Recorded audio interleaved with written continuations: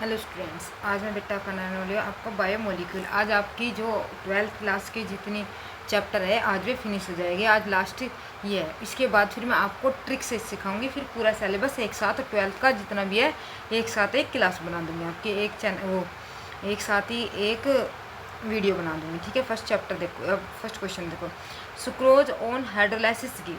अब देखो जो सुक्रोज होता है, ठीक है, हाइड्रोलाइसिस उनके होते हैं जो डाइसैकेराइड होते हैं, उनके होते हैं ना मोनोसैकेराइड। तो हाइड्रोलाइसिस नहीं, लेकिन मोनोसैकेराइड से मिलकर बनते हैं ये।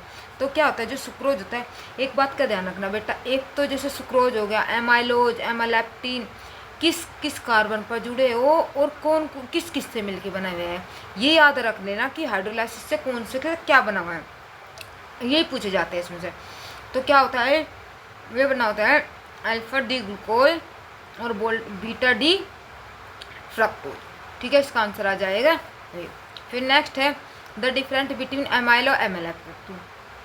एक तो इनकी स्ट्रक्चरी, एक इसमें ब्रांच होती है, ये इसमें ब्रांच नहीं होती। एक डिफरेंस तो है, क्या पता किस फॉर्म में पूछ ले।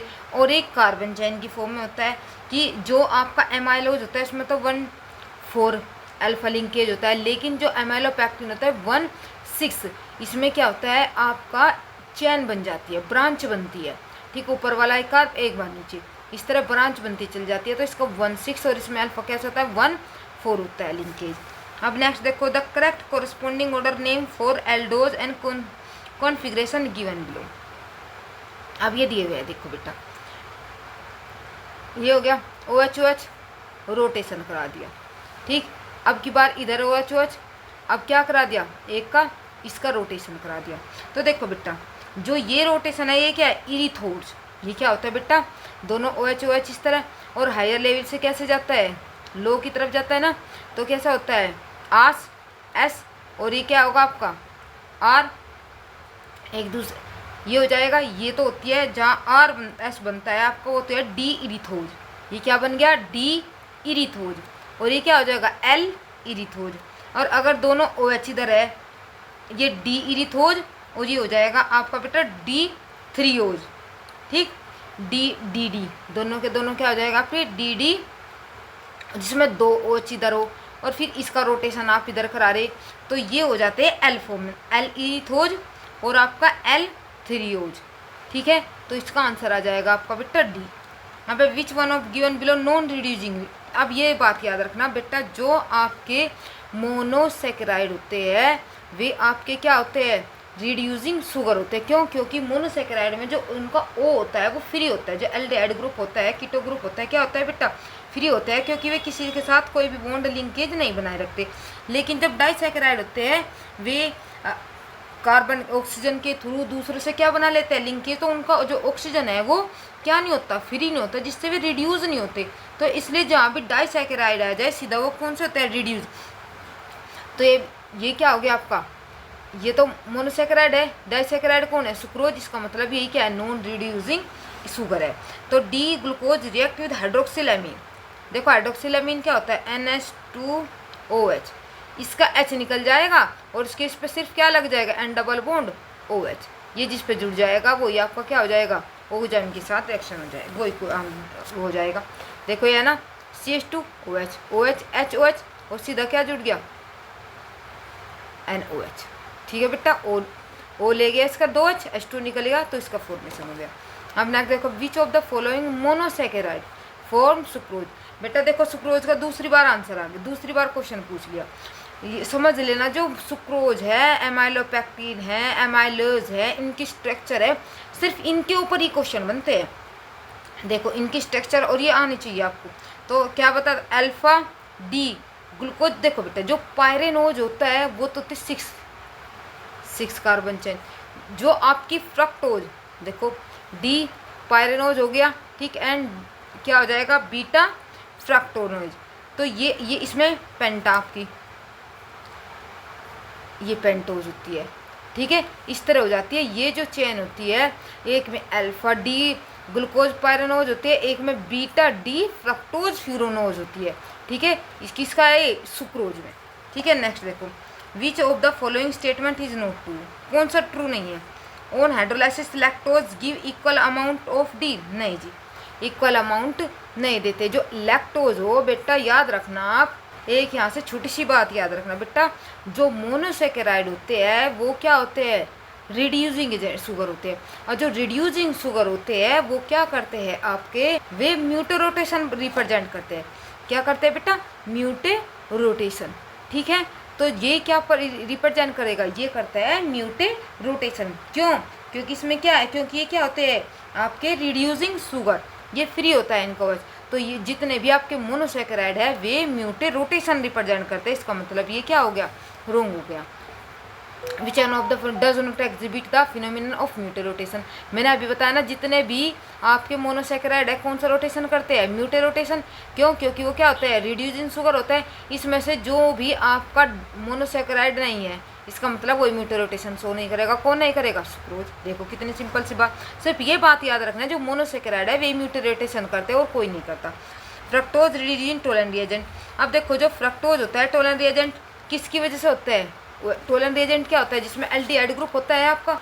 ठीक है, तो क्या आ जाएगा इसका, enolisation of fructose follow by the conversion aldehyde by base. ठीक है, अब देखो next, number of chiral carbon in beta D glucose is, कितने होते हैं chiral carbon, 4।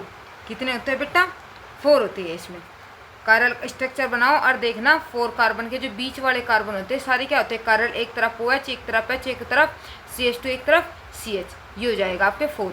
Glycolysis is, glycolysis में क्या होता है बेटा आपका, oxidation of glucose to pyruvate. Glycolysis में जो ऑक्सीडेशन होता है ग्लूकोज का, किस में हो जाता है, पायरुवेट में, और 2 ATP बनते हैं कभी पायरुवेट में। अब की बार क्या पूछ ले, ATP कितने बनते हैं, जब आप ग्लाइकोलाइसिस का क्या करते हैं, ग्लाइकोलाइसिस करते हैं किसका, ग्लूकोज का, और पायरेट बनते हैं। तो क्वेश्चन क्या पता आपके बारे में पूछ ले कितने ATP बनेंगे, तो 2 ATP बनते हैं। कितने ATP बनते हैं बेटा, 2 ATP बनते हैं। ठीक है, और मॉलिक्यूल कितने बनते हैं, 2 मॉलिक्यूल बनते हैं किसके, पायरेट के। क्या पता मॉलिक्यूल ही पूछ ले अगले चांस में, 2 पायरेट बनता है, 2 ATP बनते हैं। If cellulose is a polymer of glucose, glucose का पॉलीमर होता है आपका कौन, सेलुलोज बेटा। फिर which of the following positive Fehling, positive कौन सा देगा, फेलिंग, ग्लूकोज। आपका क्या आंसर आ जाएगा आपका, ग्लूकोज। क्यों, क्योंकि इसमें कौन है, फ्री CH, और CH क्या देता है आपका, Fehling solution. Alpha D glucose beta D glucose एक दूसरे के क्या है, एनोमर्स। एनोमर्स ही तो है, एनोमर्स क्या होते हैं, एक दूसरे की जो मिरर इमेज होती है, तो एनोमर्स ही तो होते हैं, एनेंसोमर। हाँ, एनोमर्स जो एक फॉर्मूला तो क्या हो जाता है आपका सेम, बस अरेंजमेंट क्या हो जाता है डिफरेंट, तो वे क्या होते हैं आपके एनोमर्स। ठीक है, एनेंसोमर नहीं बेटा, एनोमर्स अलग होते हैं, वो गलती से हो गया। विच of the following is the sweetest sugar, fructose, जैसे कि अंगूर में पाए जाते हैं, मिठास करते हैं, फ्रूट्स में भी मिठास करते हैं, स्वीटेस्ट शुगर बोलता है किसको, फ्रक्टोज को। Glucose molecule react with X number of molecule of phenyl hydrogen to yield osazone the value of 3 होती है बेटा।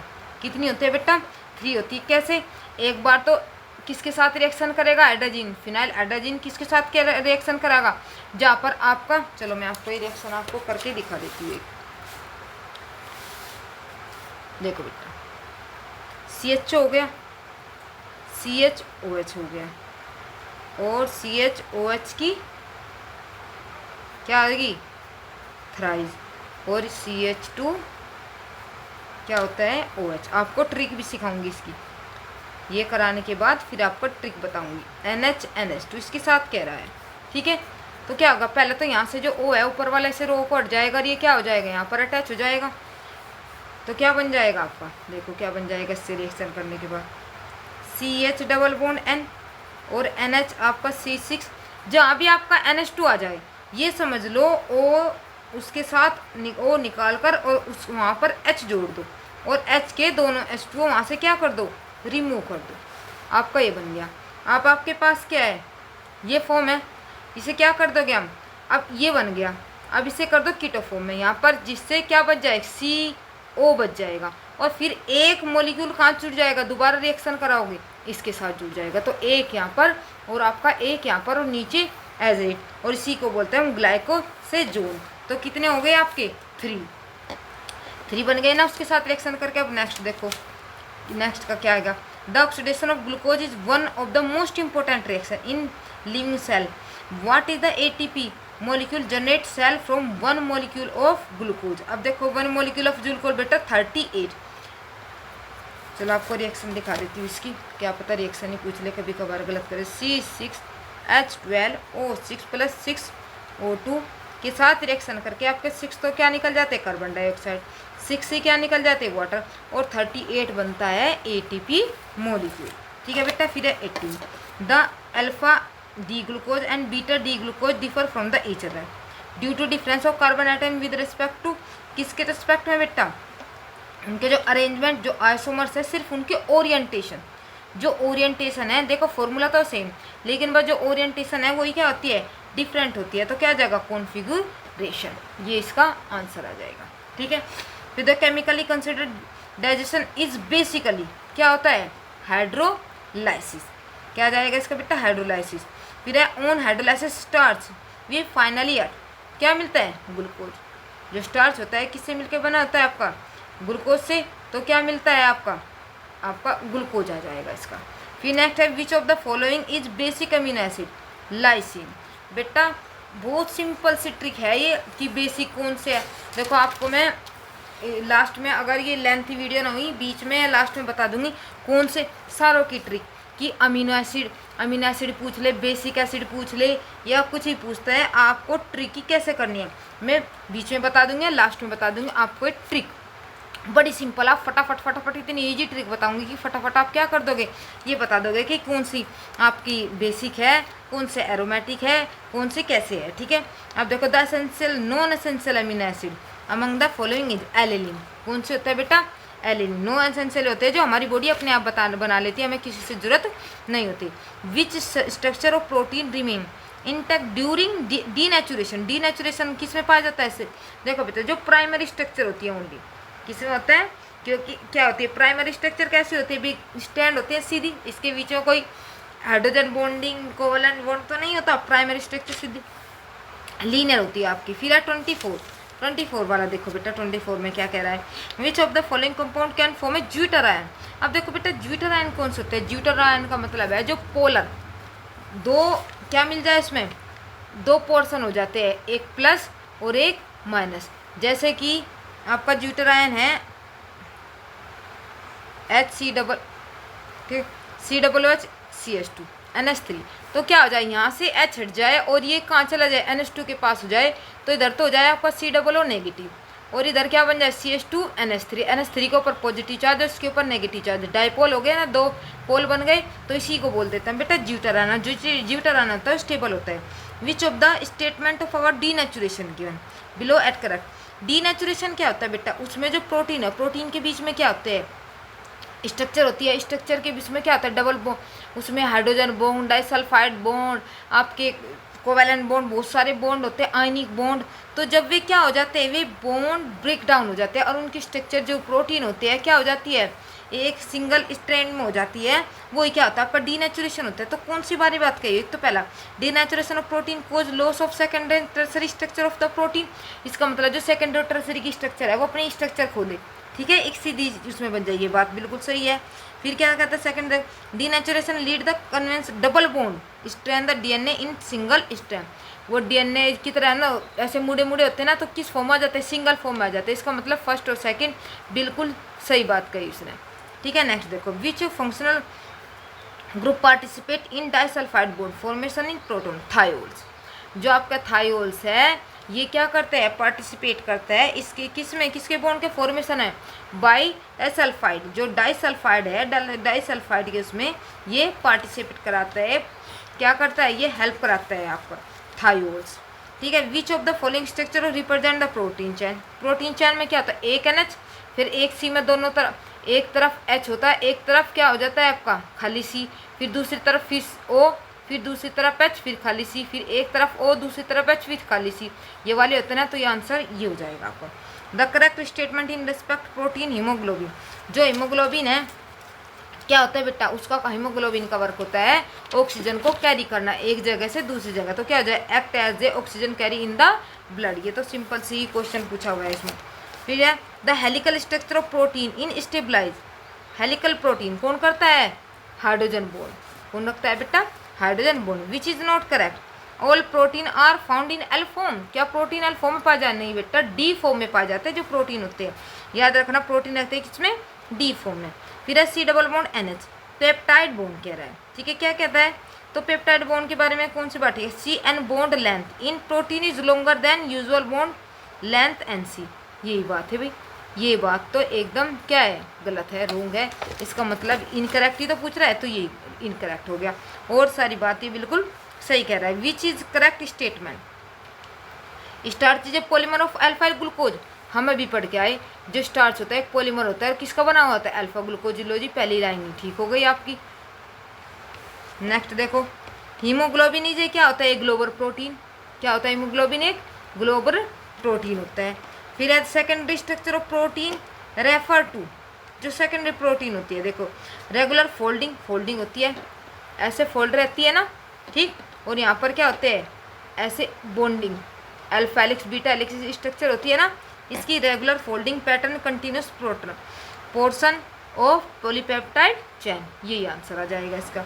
फिर हो जाएगा next, during the process of digestion the protein present in food material are hydrolyse amino acid the two enzyme involve in the process. देखो जो protein है, protein से जब पॉलीपेप्टाइड में चेंज होता है, प्रोटीन से पॉलीपेप्टाइड करता है आपका जो बेटा पेप्सिन होती है, यहाँ पे क्या आ जाएगा? पेप्सिन। और जो पॉलीपेप्टाइड है, पॉलीपेप्टाइड जब अमीनो एसिड में बदलती है वो होता है ट्रिप्सिन। किसका काम होता है? ट्रिप्सिन का। यहाँ पर P4 पेप्सिन और टाइड आया T4 ट्रिप्सिन। याद रखना, पॉलीपेप्टाइड टाइड ट्रिप्सिन और प्रोटीन प्रोपेप्सिन। याद रहेगा ना बेटा, ए और बी, ठीक है। नेक्स्ट क्वेश्चन देखो। अच्छा, इसका आंसर हो जाएगा पेप्सिन और trypsin. Enzyme are made up of, ये तो सभी को पता होगा, प्रोटीन विद स्पेसिफिक स्ट्रक्चर। फिर है which of the following is correct? Diastase is an enzyme, हाँ जी यही बात सही है। एसिटोफिनोल इज एन एथर, ये भी गलत है, ये भी गलत है, तो ये आपका सही हो जाएगा। फिर कहता है function of enzyme the living system is, enzyme as a catalyst work करते हैं बेटा। जो एंजाइम्स का होता है बहुत कम क्वांटिटी में काफ़ी होते हैं एंजाइम्स, ये ज़्यादा क्वांटिटी में नहीं होते, एंजाइम्स बहुत कम क्वांटिटी में होते हैं। और ये क्या कम करते हैं? जो हमारे अंदर बायोकेमिकल रिएक्शन होते हैं उनको क्या करते हैं? एज ए कैटलिस्ट की तरह वर्क करते हैं। एक स्वीट कैटलिस्ट होता है बेटा, एक पॉइजनर। जो पॉइजनर कैटलिस्ट होता है वो रेट ऑफ रिएक्शन को घटाता है, और जो स्वीट रिएक्शन कैटलिस्ट होता है वो रेट ऑफ रिएक्शन को इंक्रीज करता है। फिर नेक्स्ट देखो, which of the following statement is enzyme is true? Pepsin is proteolytic enzyme. क्या होता है? पेप्सिन क्या होता है? एक प्रोलाइटिक एंजाइम होता है। और सारी बात गलत है, ये सही है। Enzyme take part in reaction, क्या करता है? अभी बताया ना, रेट ऑफ रिएक्शन केमिकल की क्या करता है? इंक्रीज करता है। इसका मतलब ये बात है इसकी। RBC deficiency of deficiency disease, RBC vitamin B12 से, रेड ब्लड सेल्स किसकी डिफिशिएंसी? विटामिन 12 है। इनकी विटामिन की आपकी अमीनो एसिड वाले इनकी सबकी मैं ट्रिक एक साथ अभी के अभी करा दूंगी इसके बीच में, या एक अलग से वीडियो बना दूंगी। अगर ज़्यादा लंबी वीडियो ना हुई तो इसी में बना दूंगी मैं आपकी, ठीक है। देखो, deficiency of vitamin B1 causes is disease B for beriberi. Which of the following is not for soluble vitamin? कीड़ा याद रखना बेटा, क्या होता है? कीड़ा, कीड़ा KED, इन्हें छोड़ के ये तो किसमें सोल्यूबल और कितने आपके? ये तो है फैट सोल्यूबल। और सी जो इन्हें छोड़ के बच गए, कौन बच गए? B और C, ये होते हैं आपके वाटर सोल्यूबल। तो देखो कीड़ा में कौन आ गया? E आ गया, D आ गया, एक कौन बच गया? B। इसका मतलब ये आंसर है आपका जो फैट सोल्यूबल नहीं है।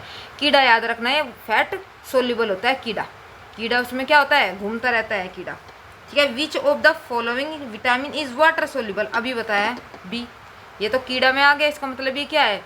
Fat soluble. कौन बच गया? B और C।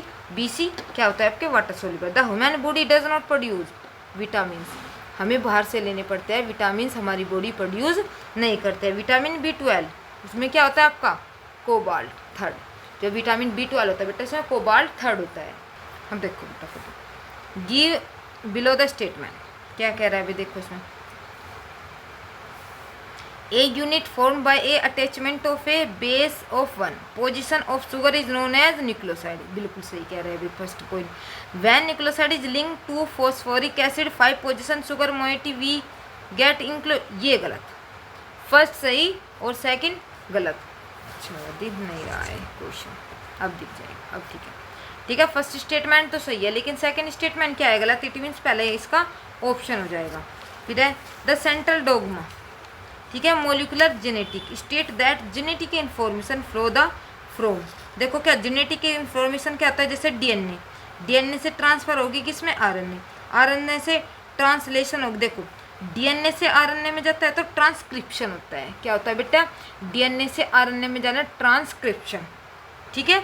और अगर आरएनए से क्या चेंज हो रहा है, प्रोटीन होता है ट्रांसलेशन। याद रखना, कभी इनकी अब की बार इनकी बीच का नाम पूछ ले, ट्रांसक्रिप्शन ट्रांसलेशन, ट्रांसक्रिप्शन ट्रांसलेशन, याद रखना, ठीक है बेटा। Next the correct statement of regarding RNA and DNA respectively, क्या होगा, the sugar component in A RNA. कौन कौन होता है, राइबोज और शुगर कंपोनेंट, ठीक है। कौन सा राइबोज होता है, 2-डीऑक्सी क्या कह रहा है, राइबोज, ये वाला हो जाएगा। फिर है इन DNA the linkage between difference nitrogenous base और, क्या डिफरेंस होता है, हाइड्रोजन बॉन्डिंग का, क्या हो जाता है बेटा, हाइड्रोजन बॉन्डिंग। फिर the segment of DNA which act as the instrumental manual for the synthesis of the protein. अब इसमें देखो क्या होता है, जो जीन्स होते हैं रेस्पॉन्सिबल होते हैं बेटा फॉर किसके लिए, प्रोटीन सिंथेसिस के लिए। In DNA the complementary base और एडेनिन होता है, थाइमिन, ग्वानिन, और कौन होता है बेटा आपका डीएनए, साइटोसिन। क्या होता है, एडेनिन, थाइमिन, ग्वानिन और साइटोसिन, ठीक है। नेक्स्ट देखो, और उस हर क्वेश्चन ऐसे भी पूछ लेता है कभी, प्यूरिन कौन से होता है, पायरिडीन कौन से होता है। जो एजी है, एजी तो होता है आपका प्यूरिन, ए और जी क्या होता है बेटा, प्यूरिन, और टी और सी होते हैं आपके पायरिमिडीन। याद रखना, क्या पता ये पूछ ले, प्यूरिन कौन से होता है, पायरिमिडीन कौन से होता है। प्यूरिन कौन से होता है बेटा, एजी, एजी याद रखना। जो एजी होता है प्योर होता है।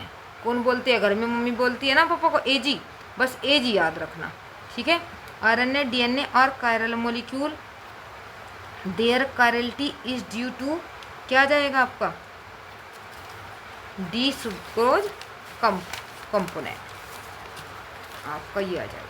फिर नेक्स्ट क्या कह रहा है, a sequence of how many nucleoside and manage are make a codon for a amino acid, 3, क्या हो गया बेटा, 3 होते हैं। एमआरएनए, एमआरएनए में क्या होता है, एडेनिन, साइटोसिन और ग्वानिन और यूरेसिल, ठीक है, हो जाएगा बेटा। ट्रिपलेट का ये फॉर्म करते हैं, जैसे A double bond T, G triple bond C, इस तरह, तो क्या आ जाएगा 3। तो Chargaff rule state in an organism, organism में क्या होता है, ए आपका याद है बेटा, ए अभी मैंने बताना, ए डबल बॉन्ड टी और जी डबल बॉन्ड ट्रिपल बॉन्ड, क्या होता है, ट्रिपल बॉन्ड साइटोसिन। ए डबल बॉन्ड आप ऐसे रिप्रेजेंट करते हो और जी ट्रिपल बॉन्ड सी, तो ये 56 का first question. Which of the following correct, hydrogen bonding in nucleotide, A से कौन जुड़ता है, टी, जी से कौन जुड़ता है, सी, इसका मतलब भी अभी बताया मैंने ऊपर, ये वाला आ जाएगा इसका। An example of biopolymer is, an example of biopolymer का एग्जाम्पल कौन है, DNA. The coupling between the base unit of DNA in through, क्या आ जाएगा, इलेक्ट्रोस्टैटिक बॉन्डिंग्स, कौन से होते हैं बेटा, इलेक्ट्रोस्टैटिक बॉन्डिंग। अब हार्मोन्स पे देखो, which of the following statement is not correct, denaturation make the protein more active, नहीं जी, यही इसका क्या होगा, गलत हो जाता है। Which of the following hormones is produce under the condition stress and stimulus, कौन सा होता है, जो एड्रिनल्स होता है, ये होता है बेटा। विच of the following hormones contain iodine, कौन रखता है, थायरोक्सिन, थायरोक्सिन होता है ना, यहाँ पे कहता है घेंगा रो हो गया थायराइड के यहाँ पर, तो इसी को क्या हो जाए, थायरोक्सिन, आयोडीन से याद रखना, थायराइड और thyroxine. Which of the following an amine hormones, कौन सा है, थायरोक्सिन, कौन सा, आई आया, आई कौन से में है, आपके थायरोक्सिन में, एमाइन आई, ये इसका आंसर हो जाएगा। Which of the following a peptide hormones, कौन सा होता है, ग्लूकोन, बी, जो पेप्टाइड हार्मोन्स होता है बेटा आपका ग्लूकोन होता है।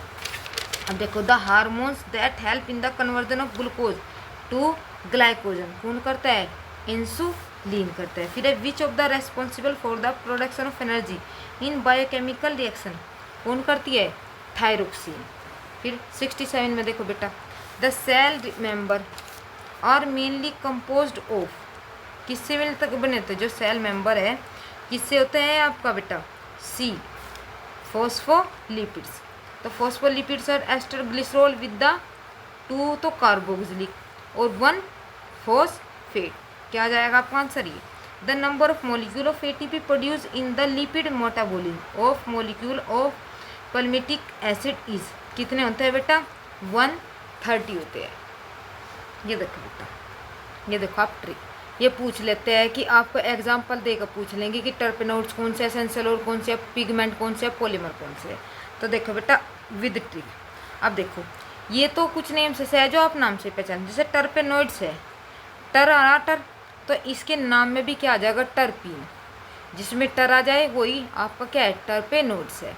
ठीक है। एसेंशियल ऑयल में लेमन ग्रास ऑयल होता है एसेंशियल, इसमें भी ऑयल, इसमें भी ऑयल, ये तो डायरेक्ट ही है। पिगमेंट ये सबको पता है, जो कार्टेनोइड्स होता है बेटा एंथोसाइनिन होते हैं, क्या होते हैं आपके, पिगमेंट्स होते हैं, क्या होते हैं, पिगमेंट्स होते हैं। पॉलीमर, पॉलीमर जैसे रबर पता है आपको, अपने पता है, सेलुलोज, गम्स, ये तो क्या होते हैं, पॉलीमर। अब ट्रिक करेंगे जिन्हें हम नहीं पहचानते, नहीं पता हमें, जैसे कि एल्केलोइड्स है।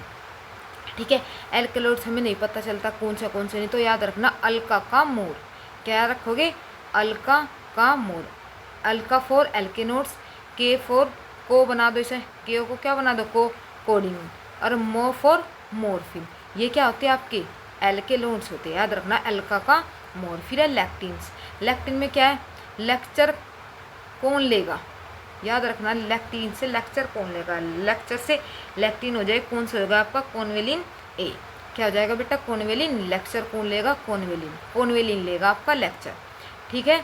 ड्रग, ड्रग्स में क्या होता है बेटा, ड्रग्स क्या होती है, डेंजरस होती है ना, तो हम कहते हैं ड्रग्स डस्टबिन में क्यों डाले, क्या होता है, ड्रग्स डस्टबिन में क्यों डाले, तो डी फॉर ड्रग्स हो जाएगा डस्टबिन, वोर फिर क्या आ जाए, win blasting, dustbin blast, blast dust, याद रखना।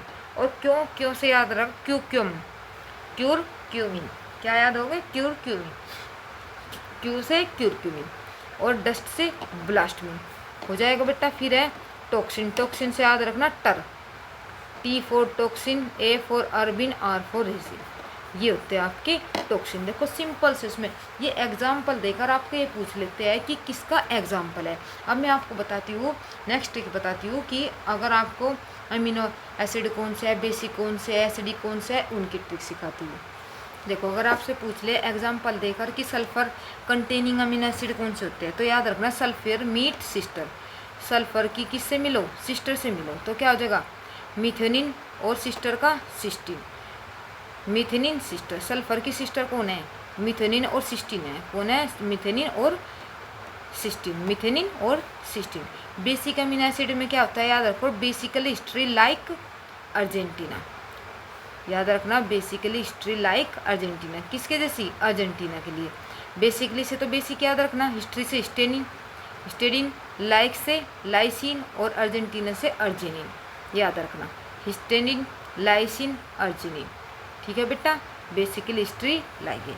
फिर नेक्स्ट है एरोमेटिक, एरोमेटिक का कैसे पता चलेगा आपको, फिनाइल ट्राई टायर, जो फिनाइल है उसने ट्राई किया क्या, tyre, phenyl for phenyl alanine, tyre for tryptophan, और टायर फॉर टायरोसिन, टायर क्या ट्राई किया, टायरोसिन, ट्रिप्टोफेन, फिनाइल एलानिन। ठीक है। फिर है नेक्स्ट हेट्रोलाइटिक अमीनो एसिड। अब हेट्रोलाइटिक अमीनो एसिड पूछ ले क्वेश्चन, हेट्रोलाइटिक में क्या हो जाए, heat transfer his property, heat means hetero, तो ट्रांसफर का क्या हो जाएगा, ट्रिफोर, his for histidine, pro for proline, ये आ जाएगा आपके कौन से, हेट्रोसाइक्लिक में। फिर है ब्रांच, ब्रांच कौन से होते हैं, ब्रांच वैल्यू इज लेस, आपको पता है जो ज़्यादा ब्रांच होते हैं वे लेस स्टेबल होते हैं ना, उसकी वैल्यू कम होती है, याद रखना। तो वी फॉर वेलेनिन, इज फॉर क्या हो जाएगा आपका आइसोसिनिन, और लेस फॉर ल्यूसिन, ये क्या हो जाएंगे आपके ब्रांच, याद रखना बेटा। फिर है एसिड एज ग्लूमेटिक, एसिड एज ग्लूमेटिक से याद रखना एज फॉर एस्पार्टिक, एसिड में क्या जाएगा, एस्पार्टिक और ग्लूमेटिक, एस्पार्टिक और ग्लूमेटिक, और अमीनो एसिड एज ग्लूमेटिन में क्या जाएगा आपका एस, इसमें क्या आ जाएगा एज पार्जिन, ये पार्टी के पार्जिन, बस और कुछ नहीं। ये अमीनो एसिड, ये एसिड, ये बेटा छोटी सी आपकी ट्रिक हो गई, कौन से एरोमेटिक होते हैं, कौन से ब्रांच होते हैं, कौन से एट्रोलाइटिक होते हैं। लो अगर आप इसके स्क्रीनशॉट लेना चाहो ट्रिक का तो लो आप स्क्रीनशॉट ले लो इसका, इससे आपके याद हो जाएगा जल्दी से।